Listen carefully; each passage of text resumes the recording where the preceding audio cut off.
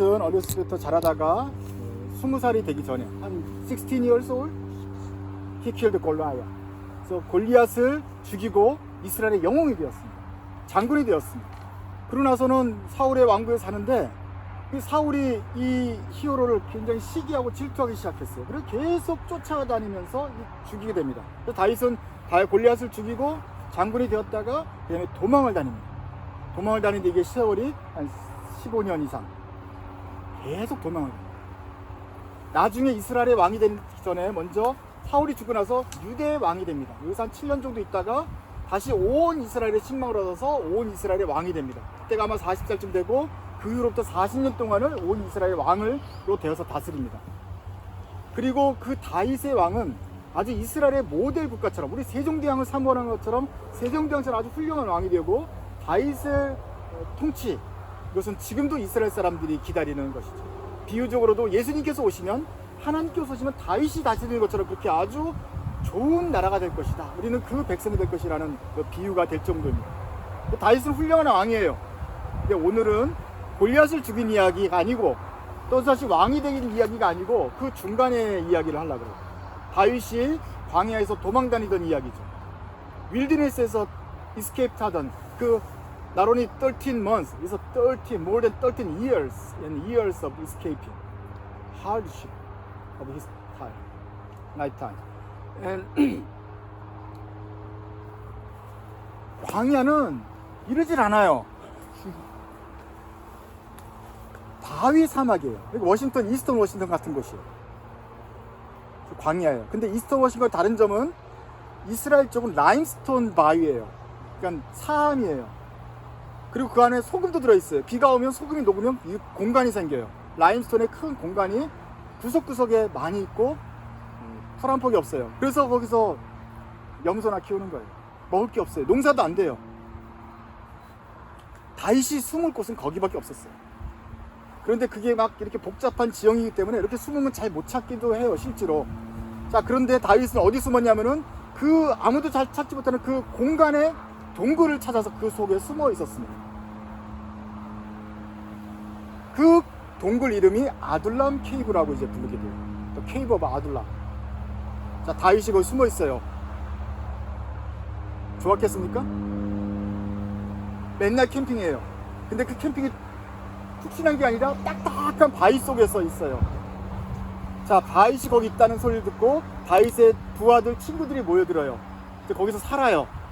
그런데 거기에 다윗이 억울한 마음을 가지고 있다고 온 소리를 듣자 저쪽에 있는 억울한 여인은, 저쪽에 있는 억울한 어린이, 저쪽에 있는 억울한 아저씨들도 다 와가지고 못 사겠다. 다윗이란 우리 마음을 알아줄 것이다. 당신이 우리의 보스가 되어주십시오 하고서 다 몰려드는 게 400명이에요.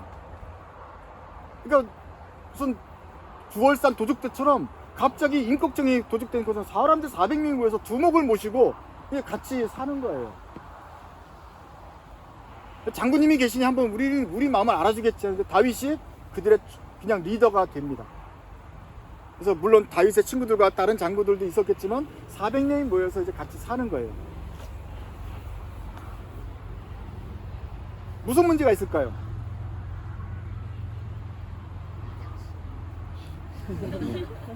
네. 아니, 땅이 안 파져. 거기서 다윗이 리더십을 키웁니다. 갑자기 하나님이 어린애가 골리앗을 죽였다고 이스라엘 왕이 된 게 아니에요.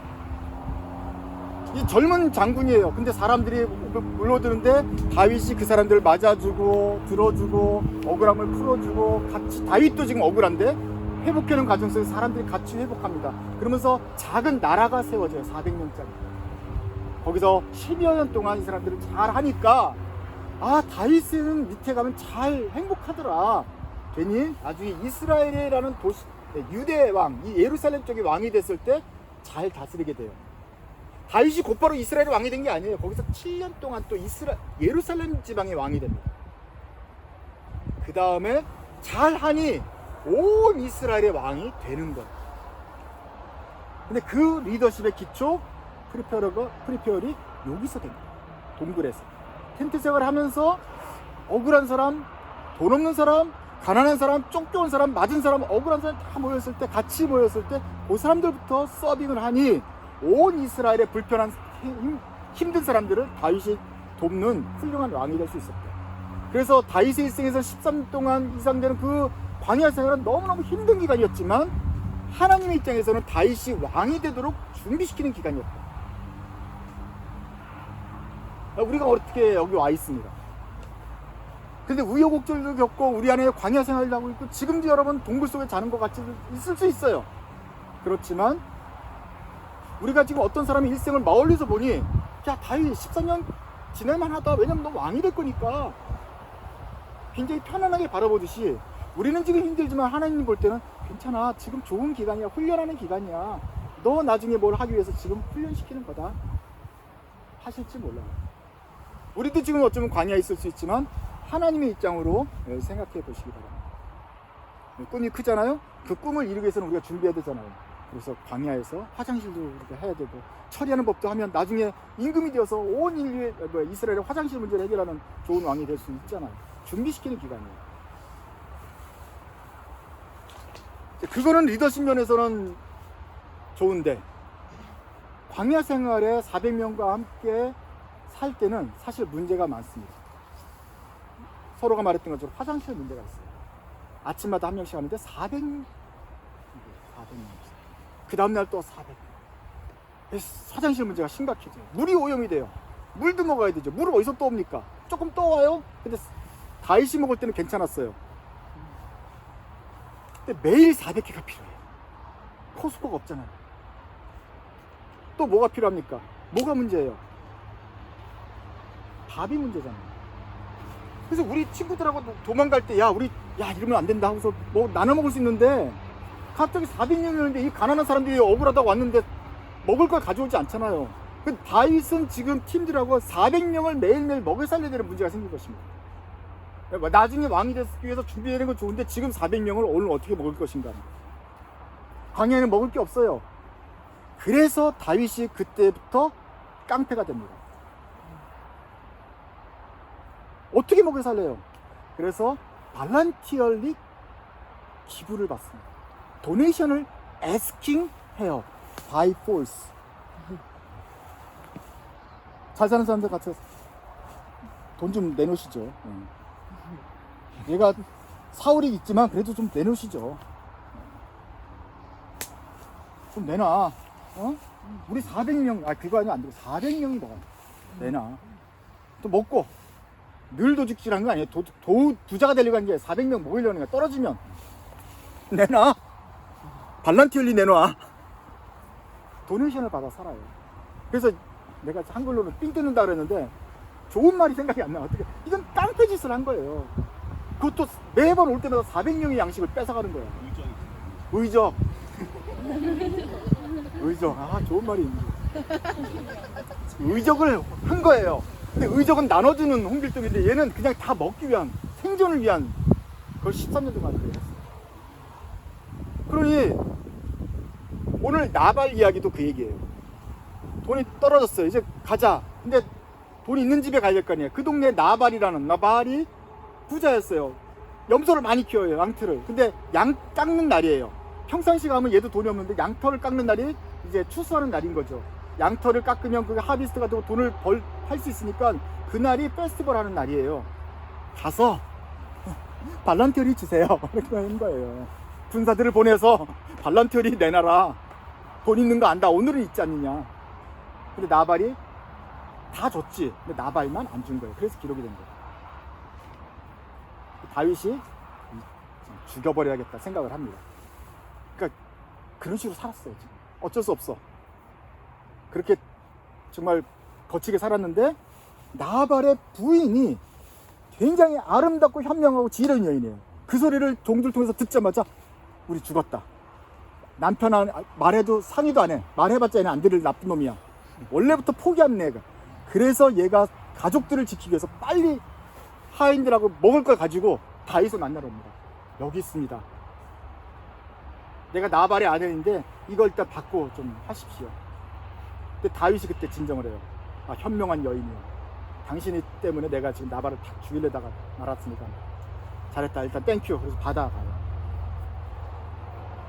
근데 하나님이 나발을 가만히 안 두죠. 이제 나발이 그 얘기를 알겠어요. 여보, 당신이 가서 줬단 말이야? 그럼 내가 죽을 뻔했네? 하는데 이 점쟁이가 그 말을 듣고 사색이 그걸 생각하니까 진짜 나 죽을 것 같아. 그래서 죽었어요. 쫄아서. 갑자기 이 아비가일 맞지? 아비게일. 과부가 됩니다. 그 소리를 듣고 다윗은 어차피 지난번에 한 번 본 예쁜 여인 또 돈도 많은 과부가 되었다는 소식을 듣고 오라 아내가 되라 이래 됩니다. 자, 그 성경 구절이 있어요. 아비가일 이 말을 듣고 급히 일어나 가서 다윗에게 가서 결혼을 했다.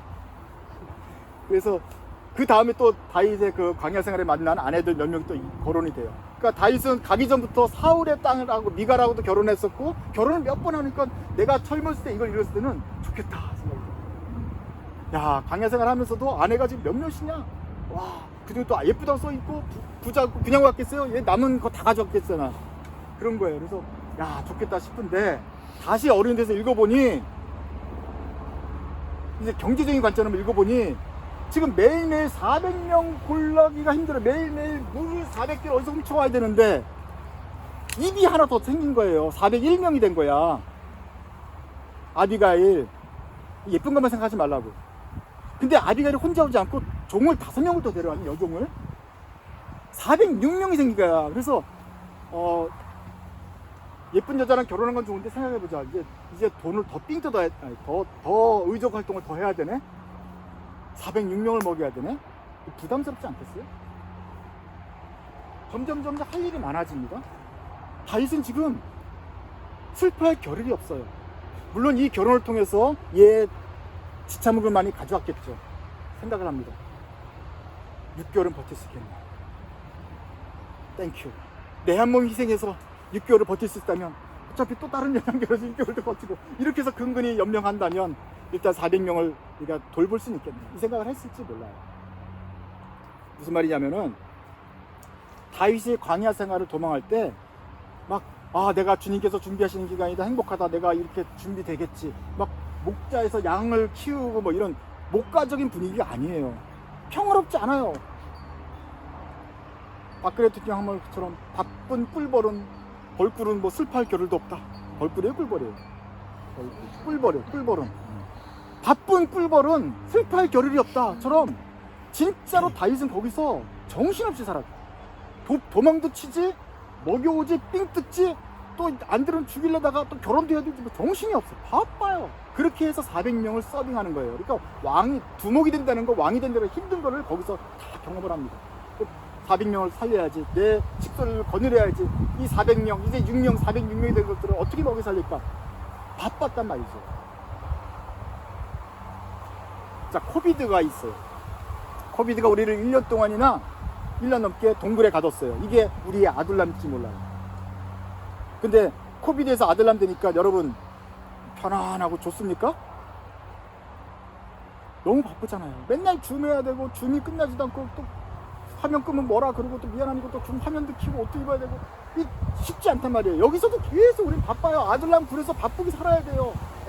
줌 때문에 또 편해지니까 학교 보내는 게 바쁘겠잖아요. 근데 너무너무 힘들어요. 우리도 힘들어요. 학교 가는 게 차라리 나아요. 엄마 이제 벗어나는 게 좋아요. 근데 지금 이 아들남 굴은 쉽지 않은 굴이에요.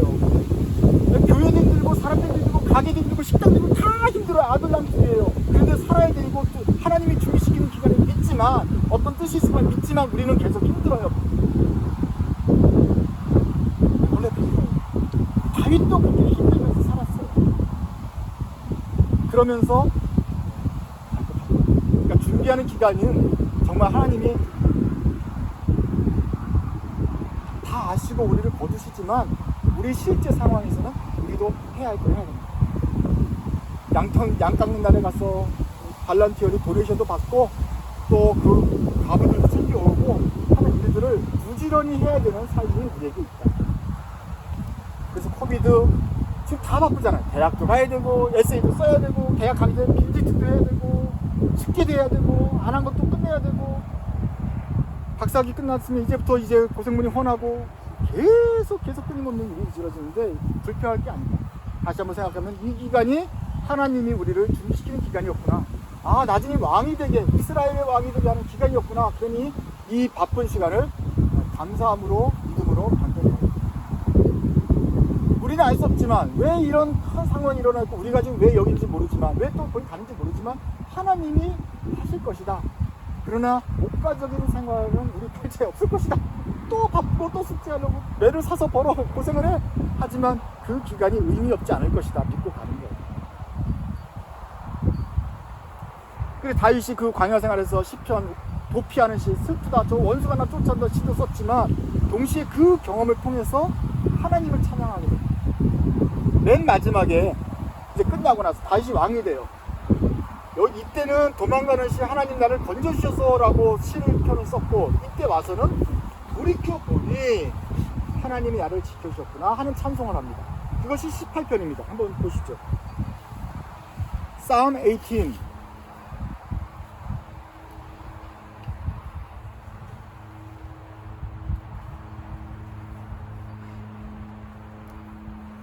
여호와는 나의 산성이다 그래요. 한번 같이 한번 읽어보시죠. Psalm 18 벌써 같이 읽겠습니다. 시작.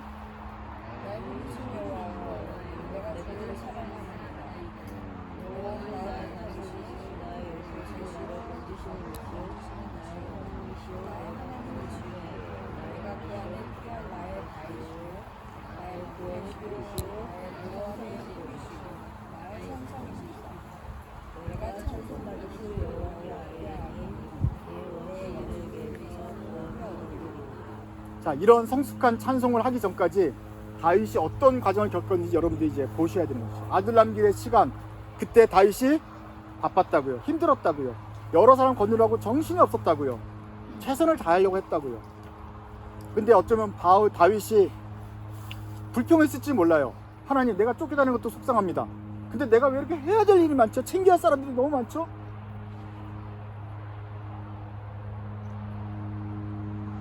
근데 잠언에 이런 말이 있어요.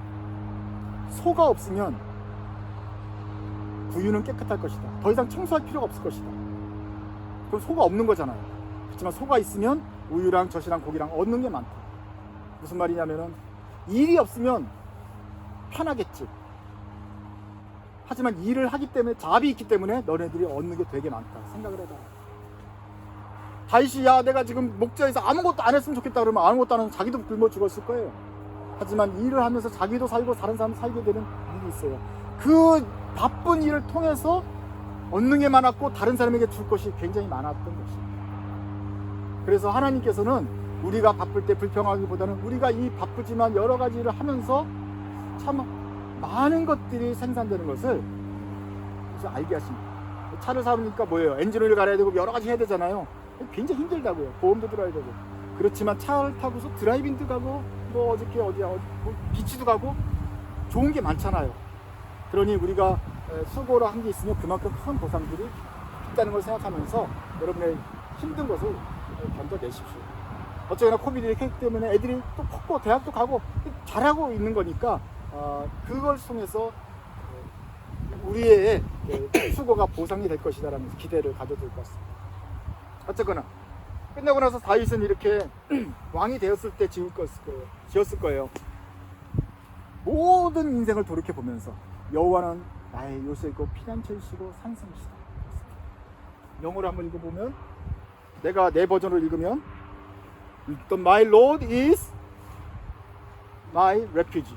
My Lord is my fortress. My Lord is my shield. 여호와는 나의 방패다. My Lord, 여호와 equals fortress. 맞죠? 그러면 equals는 역도 참이에요. My Lord Jesus is my fortress. Means the fortress is my Lord.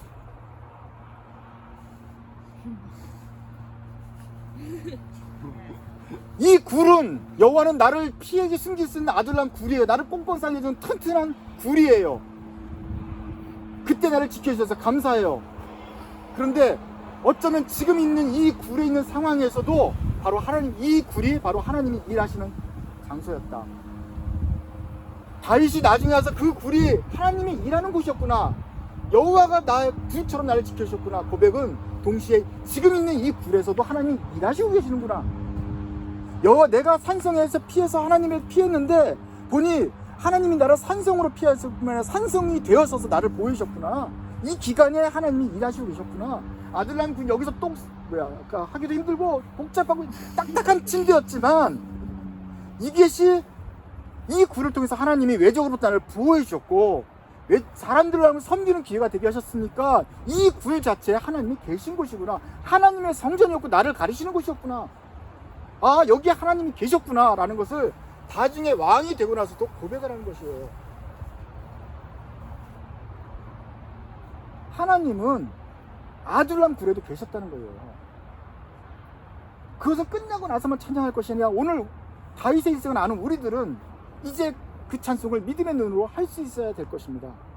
아, 지금 힘들고 광야 시간이지만 여기에 하나님이 계신 거구나. 하나님이 일하시고 계시는 거구나. 알아야 됩니다. 믿음의 눈으로 봐야 돼요. 왜 믿음의 눈으로 봐야 되느냐? 안 보이니까. 믿음을 가지고서는 볼 수가 없으니까. 아니면 그냥 안 보이니까. 하나님 일하시는 소리가 들려요? 그건 좀 환청이 들리는 이상한 사람이에요. 하나님이 일하시는 게 보여요? 막 맨날 보여요? 안 보여요.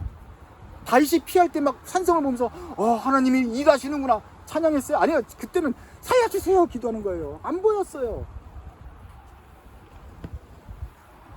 여기 개울물이 있는데 얘가 가을 되면 이제 물이 있으면 절절절절 소리가 계속 들려요.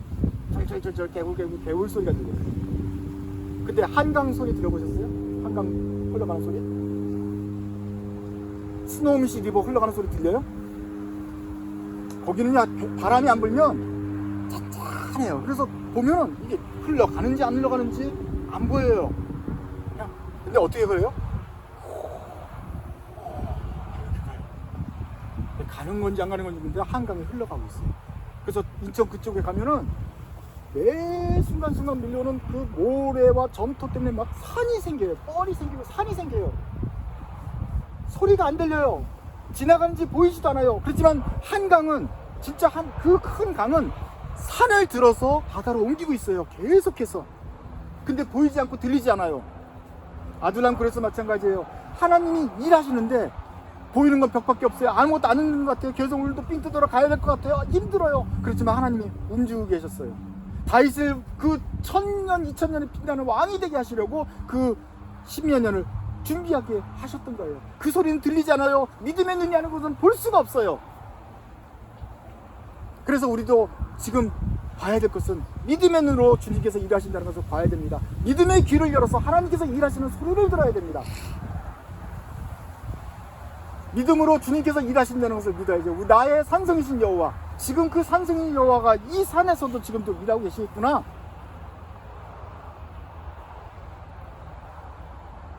믿고 가야 되는 것입니다. 그리고 어느 날 우리가 주님께서 우리를 그 산 왕으로 올렸을 때에는 드디어 우리도 다윗처럼 분명한 확신 가운데 고백하죠. 여호와는 나의 산성이시고 나의 도움이시고 피할 방패 쳤다. 바라기는 우리 믿음의 자녀들은, 믿음의 가족들은 나중에 왕이 돼서 뿐만 아니라 그것은 불신자도 할 수 있는 것이죠. 그러나 믿음의 사람들은 이 아둘람 굴의 과정에 있으면서도 이 산성이 바로 하나님께서 일하시는 장소라는 것을 믿음의 눈으로 바라보면서 가시는 겁니다. 그러면 십자가를 즐거운 마음으로 지고 가면서 주님께서 일하시는 일과 같이 주님의 길을 갈 수 있을 것 같습니다. 기도하겠습니다. 하나님, 저희가 아둘람 굴을 겪는 것처럼 인생이 사실 매 고비마다 힘듭니다. 그러나 주님께서 우리에게 힘 주셔서 여기까지 왔습니다. 주님, 다시 한번 더하여 간구합니다. 저희가 이것을 믿음의 눈으로 바라보면서 지금 여기에도 하나님께서 함께 하시고 우리와 동행하시며 주께서 지키시고 계시는 것을 저희를 믿음의 눈으로 보게 하여 주옵소서. 믿음이 약합니다. 주님, 우리의 눈을 밝혀주셔서 과연 여호와께서 여기에 나와 함께 하셨구나라는 것을 보고 광야에서도 찬양하는 믿음의 사람들 되게 하여 주십시오. 그래서 이 십자가의 길을 갈 때도 기쁨과 확신이 충만한 그런 자녀의 길을 가도록 도와주옵소서. 예수님의 이름으로 기도드립니다.